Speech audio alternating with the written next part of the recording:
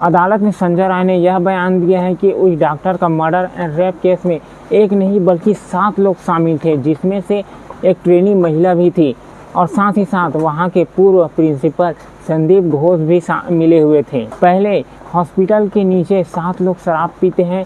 पीने के बाद उस ट्रेनी महिला के सेमिनार हॉल में जाते हैं। जाने के बाद उनमें से 2 लोग उसके टांग को पकड़कर बुरी तरीके से फैला देते हैं। फिर एक आदमी उसके सिर को दीवार पे आवाज़ ना करे ऐसा करके चिपका देते हैं। चिपकाने के बाद उस ट्रेनी महिला का चश्मा उसकी आंख में घुस जाता है। घुसने के बाद ब्लड निकलने लगता है।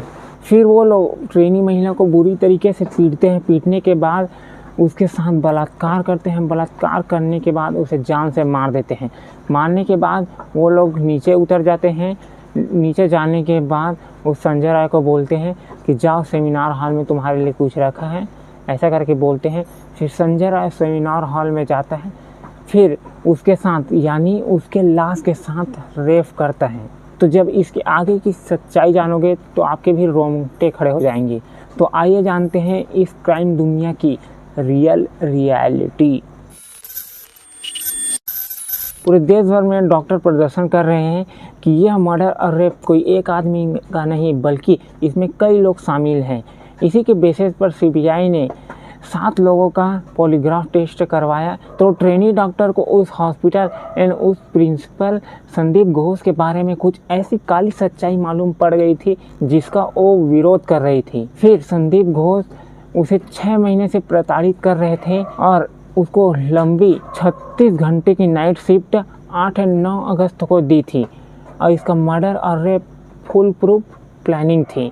तो जब 8 और 9 अगस्त की रात उसे 36 घंटे की नाइट शिफ्ट दी थी और बाकी वहाँ के स्टाफ को बोल दिया था कि वो सेमिनार हॉल में मत जाना, कोई वहाँ कंस्ट्रक्शन का काम चल रहा है, ऐसा करके बोल दिया था। तो उस रात 7 लोगों ने उस हॉस्पिटल के नीचे शराब पिया। शराब पीने के बाद उस सेमिनार हॉल में उस ट्रेनी डॉक्टर को बोल दिया था पहले से ही कि जाकर तुम आराम कर लो, नाइट हो चुका है। और वो वहाँ सोने से पहले अपने 4 जूनियर के साथ खाना खाकर वहाँ आराम करने के लिए उन्हें भेज दिया गया। फिर 7 लोग शराब पीकर उस सेमिनार हॉल में गए। सेमिनार हॉल में जाने के बाद 2 लोग उसके टांग को बुरी तरीके से फैलाकर और एक आदमी उसके सिर को दीवार में चिपकाया। फिर चिपकाने के बाद उसका शीशा उसकी आंख में घुस गया जिससे ब्लड निकलने लगा। फिर उसको बुरी तरीके से मारा पीटा लातों से। उसके बाद उसके साथ गैंग रेप किया।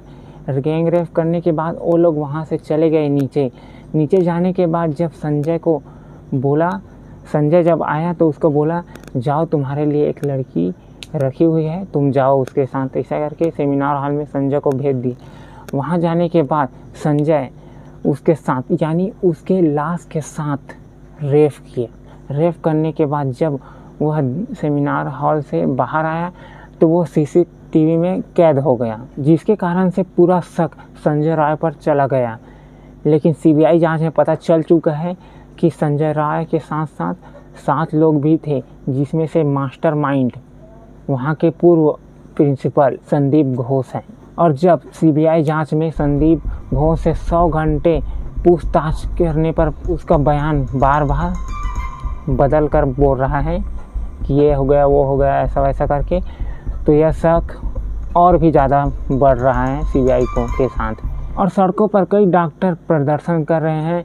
नर्सिंग स्टाफ, जूनियर स्टाफ वहाँ के जो लोगों को दिखा रहे हैं, उस सीन को रिक्रिएट कर रहे हैं और नुक्कड़ नाटक के जरिए लोगों को जागरूक कर रहे हैं कि ऐसे हो सकता है करके। मेरी बेटी बहुत होशियार है, हर चीज में आगे रहती है, क्योंकि उसे बड़े होकर एक अच्छी डॉक्टर बनना है। सुनसान कमरे में अकेली लड़की, कोई नहीं है आसपास।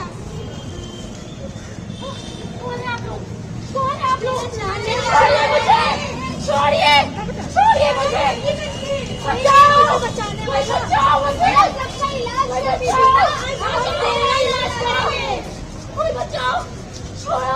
चलिए, आपको क्या लगता है, क्या उस ट्रेनी डॉक्टर को इंसाफ मिलेगा, जस्टिस मिलेगा? या शासन प्रशासन ऐसी ही बातों को और केस को उलझाते रहेंगे और लोग ऐसे ही प्रदर्शन करते रहेंगे? आपको क्या लगता है, उस ट्रेनी डॉक्टर को इंसाफ मिलेगा या नहीं? आप अपनी राय ज़रूर कमेंट बॉक्स में देना।